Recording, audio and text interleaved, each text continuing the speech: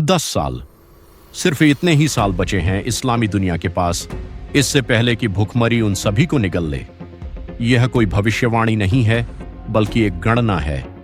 मिस्र से लेकर पाकिस्तान तक 1 अरब से ज्यादा लोग ऐसे देशों में रहते हैं जहां पानी खत्म हो रहा है, फसलें बर्बाद हो रही हैं और भोजन आयात करने के लिए पैसा भी नहीं बचा है। हजारों सालों से सभ्यताओं को बनाए रखने वाले जलभृत सूखते जा रहे हैं। जिन नदियों ने साम्राज्यों का निर्माण किया, उन्हें अब हथियार बनाया जा रहा है और वैश्विक बाजारों से गेहूं खरीदने के लिए जरूरी मुद्राएं तेजी से गिर रही हैं। यह सब अभी हो रहा है। बच्चे अविकसित पैदा हो रहे हैं। स्कूल पहुंचने से पहले ही कुपोषण से उनके मस्तिष्क को नुकसान पहुंच रहा है। प्राचीन शहर छोड़े जा रहे हैं क्योंकि कृषि भूमि खारी होती जा रही है। सरकारें एक ऐसे चुनाव का सामना कर रही हैं जिसमें वे जीत नहीं सकती। अपने लोगों को भोजन दें या अपना कर्ज चुकाएं, और सबसे डरावनी बात, कोई नहीं जानता कि इसे कैसे रोका जाए। आप जो देखने वाले हैं वह यह है कि कैसे इस्लामी दुनिया को भुखमरी के कारण पतन की ओर धकेला जा रहा है और क्यों इसे रोकने वाली प्रणालियां पहले ही विफल हो चुकी हैं। यह जमीन के अंदर से शुरू होता है, जहां कोई नहीं देख रहा। कुएं खाली हैं और वे कभी वापस नहीं भरेंगे। दशकों से इस्लामी दुनिया के देशों ने भूजल को ऐसे निकाला जैसे वह कभी खत्म ही नहीं होगा। सऊदी अरब, ईरान, पाकिस्तान, वे और गहरा खोदते गए, जिसे भूविज्ञानी जीवाश्म जल कहते हैं। चट्टानों की परतों में हजारों सालों से फंसा प्राचीन भंडार। वह पानी जिसे जमा होने में हजारों साल लगे, एक ही पीढ़ी में खत्म हो गया। 1990 के दशक के मध्य में सऊदी अरब दुनिया का एक प्रमुख गेहूं निर्यातक बन गया। रेगिस्तान में खेत खिल उठे। साम्राज्य ने अपने कृषि चमत्कार का जश्न मनाया।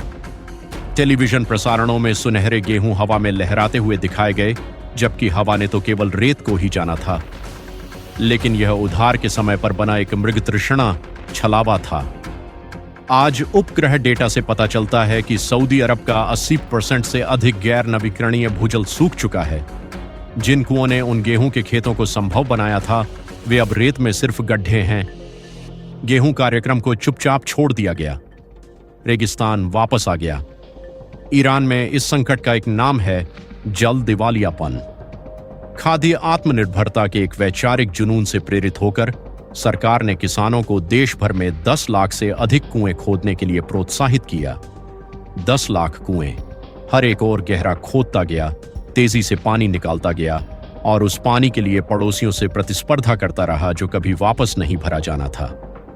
इसका परिणाम, ईरान के लगभग आधे मैदान अब सूख चुके हैं और जमीन खुद धंस रही है, प्रतिवर्ष 30 सेंटीमीटर तक की दर से। 30 सेंटीमीटर हर साल। यह सिर्फ नाटकीय नहीं है, यह स्थायी है। जब जमीन धंसती है तो यह जलभृत के भूगर्भीय छिद्रों को कुचल देती है। चट्टान में वे सूक्ष्म स्थान जो पानी को धारण करते हैं। भारी बारिश लौटने पर भी पृथ्वी अब पानी को रोक नहीं सकती। यह एक स्पंज को तब तक कुचलने जैसा है जब तक वह एक ठोस ईंट न बन जाए। हजारों सालों से फारसी सभ्यता को बनाए रखने वाली प्राचीन कनात प्रणालियां, गुरुत्वाकर्षण आधारित सिंचाई नेटवर्क अब छोड़ दी गई हैं। उन्हें बिजली के पंपों ने बदल दिया है, जिन्होंने भविष्य को खोखला कर दिया है। आंकड़े कहानी बताते हैं। मध्य पूर्व और उत्तरी अफ्रीका में दुनिया के नवीकरणीय मीठे पानी का 1% से भी कम हिस्सा है। फिर भी वे वैश्विक आबादी के 6% से अधिक का घर हैं।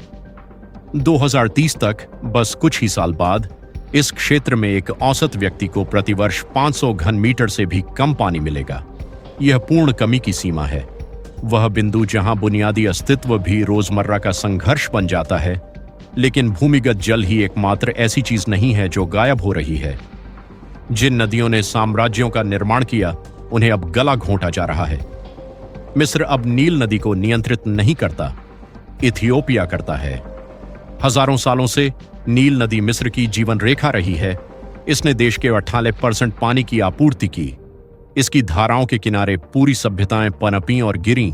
लेकिन 2020 में इथियोपिया ने ग्रैंड इथियोपियन रेनेसां बांध पूरा किया, अफ्रीका की सबसे बड़ी जल विद्युत परियोजनाओं में से एक, और इसके साथ उन्होंने ब्लू नील पर नियंत्रण कर लिया, जो नदी के 6/10 प्रवाह का स्रोत है। सूखे के दौरान बांध का संचालन मिस्र में पानी के प्रवाह को 25% या उससे अधिक कम कर सकता है। विशेषज्ञों का मानना है कि इससे मिस्र की 1/3 कृषि भूमि का नुकसान हो सकता है। एक ऐसे देश के लिए जो अपने गेहूं का अधिकांश हिस्सा आयात करता है और लगभग 120 मिलियन लोगों को भोजन कराता है, यह केवल एक आंकड़ा नहीं है, यह अस्तित्व का खतरा है। और मिस्र अकेला नहीं है। इराक में टाइग्रिस और यूफ्रेट्स, वे नदियां जिन्होंने मानव सभ्यता को जन्म दिया, मर रही हैं। तुर्की की दक्षिण पूर्वी अनातोलिया परियोजना ने ऊपरी धारा में दर्जनों बांध बनाए हैं। ये परियोजनाएं सीरिया में पानी के प्रवाह को 40% तक कम कर सकती हैं, इराक में 80% तक। इराकी जल संसाधन मंत्रालय ने एक भयावह चेतावनी जारी की है। 2040 तक यूफ्रेट्स इराक की सीमाओं के भीतर सूख सकता है। पहले से ही घटते पानी से प्राचीन शहर उजागर हो रहे हैं, ऐसी बस्तियां जो 3400 से अधिक वर्षों तक जलमग्न थीं। यह एक गंभीर याद दिलाता है कि इस क्षेत्र में सभ्यताएं पहले भी ढह चुकी हैं, जब उनका पानी खत्म हो गया था। नदियों को हथियार बनाया जा रहा है। ऊपरी धारा वाले देश शक्ति रखते हैं, निचले धारा वाले देश अपनी फसलों को मुरझाते हुए और अपने शहरों को धूल में दम घुटते हुए देखने के लिए मजबूर हैं। और जब पानी मर जाता है तो उसके साथ भोजन भी मर जाता है। किसी की भी भविष्यवाणी से तेजी से एक ऐसा तापमान होता है जिस पर गेहूं बस प्रजनन करना बंद कर देता है। हम हर गर्मियों में उस तक पहुंच रहे हैं। इस्लामी दुनिया एक ऐसे भूगोल में स्थित है जो वैश्विक औसत से 2 गुनी गति से गर्म हो रहा है। और यह गर्मी सिर्फ असहज नहीं है, यह उन फसलों की जैविक सीमाओं तक पहुंच रही है जो आबादी को भोजन देती हैं। चावल और गेहूं की कठोर तापीय सीमाएं होती हैं। चावल के लिए, जो अरबों लोगों के लिए कैलोरी का प्राथमिक स्रोत है, फूल आने के चरण में 35 डिग्री सेल्सियस से अधिक तापमान तुरंत पराग बांझपन का कारण बनता है। यदि परागण के दौरान सिर्फ 3 लगातार दिनों तक लू चलती है तो परागकण कमजोर हो जाते हैं, अपनी जीवन क्षमता खो देते हैं और निषेचन पूरी तरह विफल हो जाता है। पाकिस्तान के पंजाब प्रांत में, जो देश के 90% बासमती चावल का उत्पादन करता है, तापमान अब नियमित रूप से इन सीमाओं को पार कर रहा है। यह घरेलू खाद्य सुरक्षा और पाकिस्तान की महत्वपूर्ण निर्यात आय दोनों के लिए खतरा है। गेहूं भी इसी घातक राह पर है। जब प्रजनन चरण के दौरान तापमान 30 डिग्री सेल्सियस से ऊपर चढ़ जाता है तो पराग गर्भपात होता है। अनाज भरने की अवधि छोटी हो जाती है, पैदावार तेजी से गिरती है। शोध से पता चलता है कि बढ़ते मौसम के दौरान औसत तापमान में हर 1 डिग्री सेल्सियस की वृद्धि के लिए पूरे क्षेत्र में चावल और गेहूं की पैदावार 6% से 10% तक कम हो जाएगी। यह विनाशकारी है और आप इसे अधिक उर्वरक से ठीक नहीं कर सकते। आप गर्मी के कारण फसल की विफलता से सिंचाई करके बाहर नहीं निकल सकते। पौधे अपनी शारीरिक सीमा तक पहुंच रहे हैं, वह बिंदु जहां जीव विज्ञान बस टूट जाता है।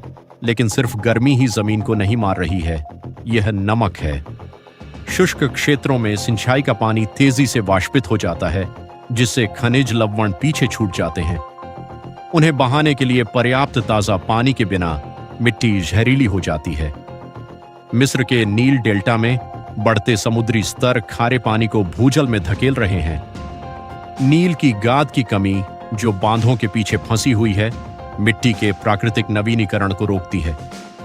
इराक और सीरिया में लाखों हेक्टेयर कभी उपजाऊ भूमि पहले ही छोड़ दी गई है।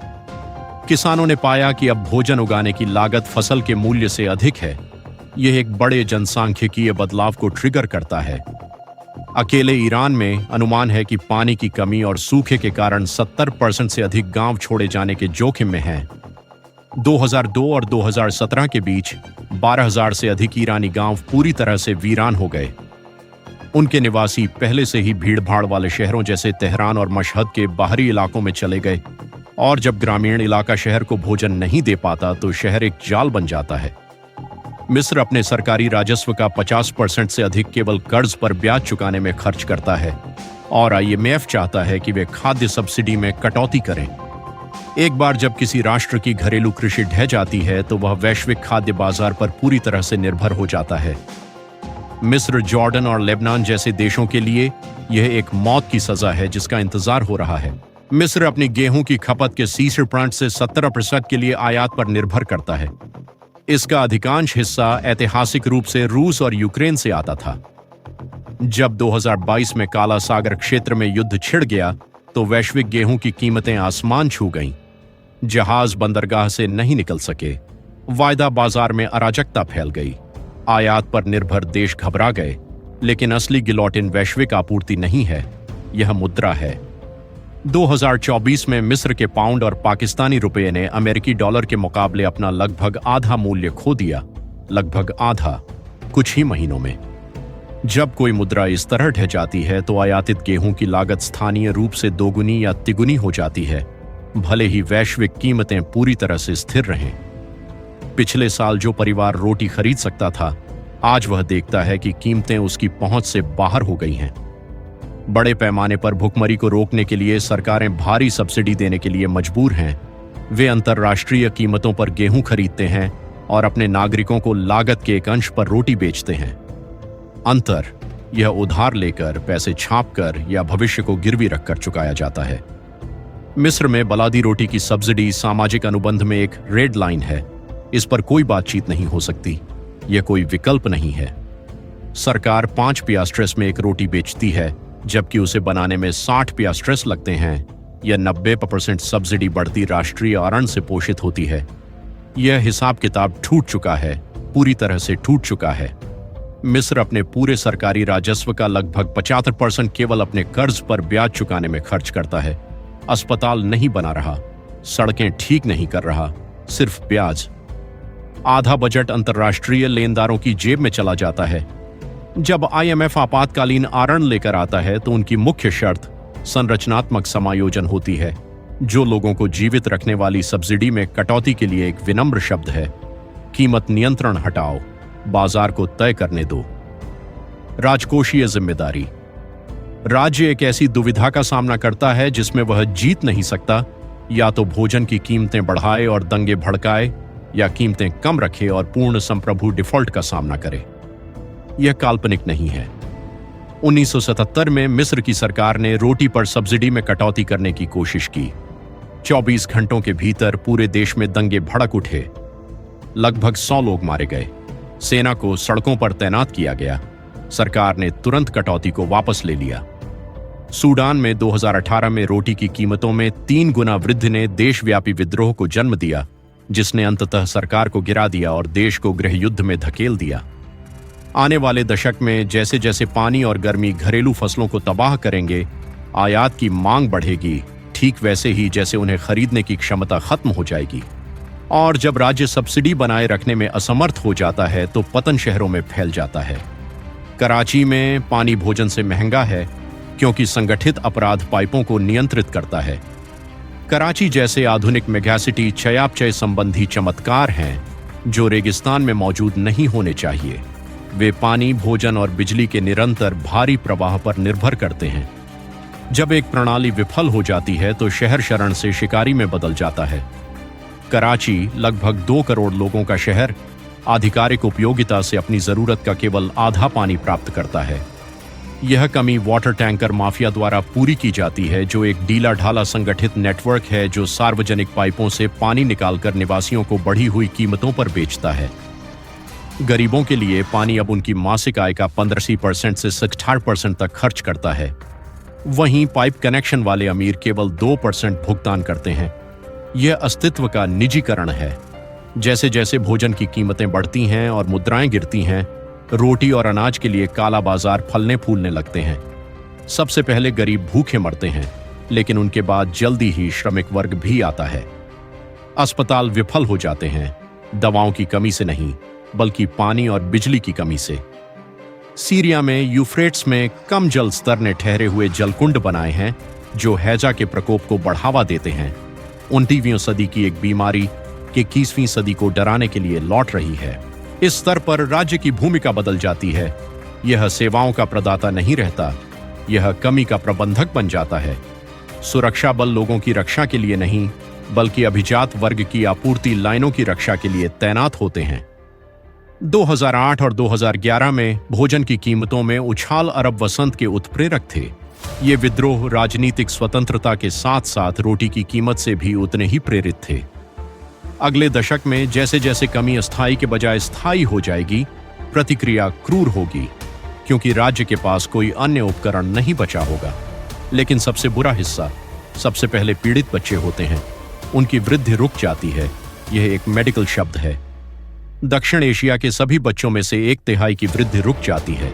स्कूल जाने की उम्र से पहले ही उनके दिमाग को स्थायी रूप से नुकसान हो जाता है। हम सिर्फ एक राजनीतिक व्यवस्था का पतन नहीं देख रहे हैं, हम एक पूरी पीढ़ी के जैविक पतन को देख रहे हैं।